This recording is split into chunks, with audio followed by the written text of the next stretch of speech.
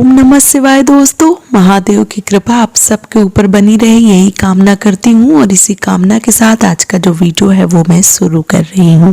दोस्तों, आज के वीडियो में मैं आपको वट सावित्री व्रत के बारे में संपूर्ण जानकारी जो है वो देने वाली हूँ। अगर आप पहली बार इस व्रत को उठा रहे हैं या उठाना चाहते हैं और आप को कोई भी जानकारी नहीं है तो यकीन मानिए इस वीडियो को पूरा अगर आप देखेंगे तो आप इस व्रत को पूरी विधिवत तरीके से पूर्ण कर पाएंगे। जो वट सावित्री व्रत है वो आने वाली 6 जून को साल 2024 में दिन गुरुवार को किया जाएगा। अगर मैं बात करूं अमावस्या तिथि की, क्योंकि ये जो व्रत है वो 2 दिन किया जाता है। अमावस्या वाले दिन जो है वो यूपी या बिहार या एमपी की माताएं बहनें जो भी हैं वो इस व्रत को अमावस्या वाले दिन करती हैं, जिसे वर्गदाही अमावस या वट सावित्री व्रत या वट पूजा के नाम से जाना जाता है। बहुत सारे लोग जो मुंबई वगैरह में या महाराष्ट्र के अलग अलग प्रांतों में अलग अलग राज्यों में रहते हैं, ऐसे लोग वट सावित्री का व्रत पूर्णिमा वाले दिन रखते हैं। यहाँ पे मैं बात करने वाली हूँ वट सावित्री व्रत अमावस्या वाले में, जो कि 6 जून को है। और 6 जून को जो है वो दिन गुरुवार पड़ रहा है, भगवान श्री हरि विष्णु का दिन है। साथ ही साथ जो अमावस्या तिथि का शुभारंभ है या प्रारंभ है वो हो रहा है 5 जून को रात्रि को 7:55 पे। और जो अमावस्या तिथि का समापन है वो 6 जून को शाम को 6:07 पर हो रहा है। ऐसे में उदया तिथि को देखते हुए जो व्रत है वट सावित्री का वो 6 जून को दिन गुरुवार को साल 2024 में पूरी विधिवत तरीके से रखा जाएगा। अब बहुत सारी बहनों का ये प्रश्न है कि हम इस साल इस व्रत को करें या ना करें, क्योंकि शुक्र जो है वो अस्त है या शुक्र ग्रह गुरु जो है वो अस्त है। ऐसे में व्रत करना कितना उचित रहेगा? तो देखिए, ये जो व्रत होता है ये 1 दिन का होता है और बहुत सारी ऐसी माताएं बहनें जो इस व्रत को अमावस्या के तरीके ना रख के सिर्फ पूजा करके ही फलाहारी या मीठा भोजन या उनके यहाँ जो भी परंपरा है वो खा लेती हैं। इसलिए इस व्रत को आप कर सकती हैं, इसमें कोई दिक्कत कोई परेशानी जो है वो नहीं है। लेकिन हाँ, अगर आपका मन नहीं मान रहा है या आपके बड़े बुजुर्ग मना कर रहे हैं तो आप उनकी बात भी मान सकती हैं। वैसे इस व्रत को करने में कोई दिक्कत कोई परेशानी जो है वो नहीं है। अब बात करती हूँ वट सावित्री व्रत में जो बहनें इस साल उठाएंगी तो उनको क्या करना है कि कोशिश करें कि वट वृक्ष की ही पूजा करें, क्योंकि वट वृक्ष की पूजा करने का अलग ही महत्व बताया गया है। जब हम किसी बड़े का आशीर्वाद लेते हैं तो एक तरीके से मन जो है वो बहुत ज़्यादा खुश हो जाता है। उसी प्रकार से जब हम वट वृक्ष के पास में जाके पूजा करते हैं तो भगवान श्री ब्रह्मा जी, भगवान श्री भोलेनाथ, भगवान श्री हरि विष्णु त्रिदेव का वास जो है वो वट के वृक्ष में होता है। इसलिए वट वृक्ष की जब आप पूजा करती हैं तो इन तीनों का आशीर्वाद जो है वो मिलता है। साथ ही साथ सावित्री जी और सत्यवान का जो आशीर्वाद है वो भी आपको प्राप्त होता है। इसलिए मैं हर बार अपने हर वीडियो में कहती हूँ कि जो पूजा है वो आपको वट सावित्री में वट के वृक्ष के नीचे ही करना चाहिए। लेकिन कई बार जो बहनें प्रदेश में रह रही हैं या उनके पास ऐसी सुविधाएं नहीं है, ऐसी बहनें घर पे जो डाल है वो लेके भी पूजा अर्चना कर सकती हैं।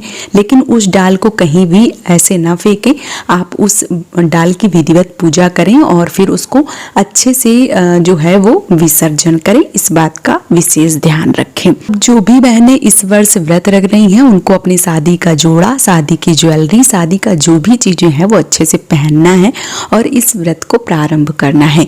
1 दिन पहले ही सारी तैयारी आपको कर लेना है, जैसे कि रात में आपको चावल भिगो देने हैं, चने भिगो देने हैं और अगले दिन इनका जो चावल है उसको पीस के और हल्दी से जो ऐपन है वो बनाया जाता है और इसी से हाथ जो है वो मतलब डिप करके, जैसे आप शादी में लगाई थी हाथ, उसी प्रकार से वट वृक्ष में लगाए जाते हैं। इस वीडियो में एक एक जानकारी दे रही हूँ, तो वीडियो अगर थोड़ा लंबा हो जाए तो आप लोग प्लीज माइंड ना करें। तो आपको क्या करना है कि जो ऐपन है वो भी बना लेना है, साथ ही साथ जो चने हैं वो भी रात में भिगो देने हैं। आप चाहें तो 1-2 दिन पहले भी भिगो सकते हैं, क्योंकि इन चनों में जो अंकुरित चने हैं उसका भी महत्व बताया गया है। तो आप चाहें तो 2 दिन पहले भी भिगो के अंकुरित कर सकते हैं या आप 1 दिन पहले भी भिगो के अंकुरित कर सकते हैं या आप भीगे हुए चने भी ले सकते हैं। सकते हैं। तो आपको जो चने हैं या जो चावल है वो एक दिन पहले ही भिगो देने हैं। अगले दिन जब आप व्रत कर रही हैं आपको अच्छे से साफ सुथरा हो जाना है, अच्छे से स्नान ध्यान कर लेना है। फिर उसके बाद व्रत का संकल्प ले लेना है कि आप व्रत जो है वो शुरू कर रही हैं और आपके जो पति हैं उनकी आयु लंबी हो, ऐसा आप प्रण लेके इस जो व्रत है वट सावित्री का इसको शुरू कर रही हैं। भगवान से अपने पति की दीर्घायु की कामना जो है वो ज़रूर करें। इसके साथ ही सुबह आपको अच्छे से तैयार होना है। कोई भी जल, कोई भी किसी भी तरीके का जो पानी है, चाय है, वो आपको नहीं लेनी है। आपको सुबह मान लीजिए कि निराजली होके इस व्रत को किया जाता है, तो पहले ही आपको सारी तैयारी कर लेना है। इस दिन हमारे यहाँ बरगदाही बनती है, जैसे आप पुए बनाते हैं उसी आटे को थोड़ा सा टाइट करके उसी से गोल गोल गोली जो है वो बनाई जाती है। और बहुत सारे लोगों के घर की परंपरा के अनुसार जो हलवा पूड़ी है या गुलगुले हैं वो भी बनाए जाते हैं, तो आप अपने घर की परंपरा के अनुसार भी देख सकते हैं। साथ ही साथ इस दिन अठवाई बनाई जाती हैं, मतलब जो पूड़ियाँ हैं वो भी बनाई जाती हैं। 7, 5, 11 जैसे भी आपके घर का विधान है वैसी पूड़ियाँ बनाई जाती हैं और जो बरगदाही है वो बनाई जाती हैं। और उसके बाद आपको सारा सुहाग का सामान लेना है, कच्चा जो सूत है जिससे फेरी लगाई जाती है। वैसे मैंने सामान का वीडियो डाल दिया है, आप उसको चेकआउट जरूर कीजिए। तो सारा सामान जो है वो आपको इकट्ठा कर लेना है। उसके बाद अच्छे से तैयार होके आपको वट वृक्ष की पूजा करनी है। वट वृक्ष की पूजा पूरे विधिवत तरीके से करें और जो कथा है वो भी सुने, पढ़ें, या आप सुन भी सकते हैं, या आप मान लीजिए बहुत लोग इकट्ठा पूजा कर रहे हैं तो आप उन लोगों के बीच में सुन भी सकती हैं या आप अपनी किताब से पढ़ भी सकती हैं। या भी सोशल मीडिया के ज़माने में आप यूट्यूब पे भी सर्च करके जो कथा है, मैंने भी वीडियो डाल रखा है, तो आप उसको भी सुन सकती हैं या उसको वीडियो को जो है वो देख सकती हैं, जिस भी प्रकार से आपकी मर्जी हो। तो इस प्रकार से आप कथा जो है वो भी सुन सकती हैं या पढ़ सकती हैं। वट वृक्ष की पूरे विधिवत तरीके से पूजा अर्चना करने के बाद में आपको अपने घर आना है और घर में अपने पति की पूजा करनी है। उसके बाद जो खरबूजा होता है, 2 खरबूजा या मौसमी फल या आम जो भी आपके यहाँ चढ़ता है, हमारे यहाँ 2 खरबूजे चढ़ते हैं। मैंने अपने कई वीडियो में पूजा विधि जो है वो भी दिखाई है और बताया भी है कि हमारे यहाँ 2 खरबूजे चढ़ते हैं। एक खरबूजा हमें वहीं पे छोड़ना होता है, एक हम वापस अपने जो हमारे कोछे में मिलता है उस खरबूजे को हम घर लाते हैं। पति की विधिवत पूजा अर्चना करने के बाद में जो खरबूजा है उसको हम ग्रहण करके अपने व्रत का पारण करते हैं। उसके बाद जो व्रत है, जिनके यहाँ मीठा भोजन किया जाता है वो मीठा भोजन करें, जिनके यहाँ भोजन कर लिया जाता है तो वो भोजन करें, लेकिन इस दिन ध्यान रखें कि लहसुन प्याज वाला भोजन जो है वो ना करें।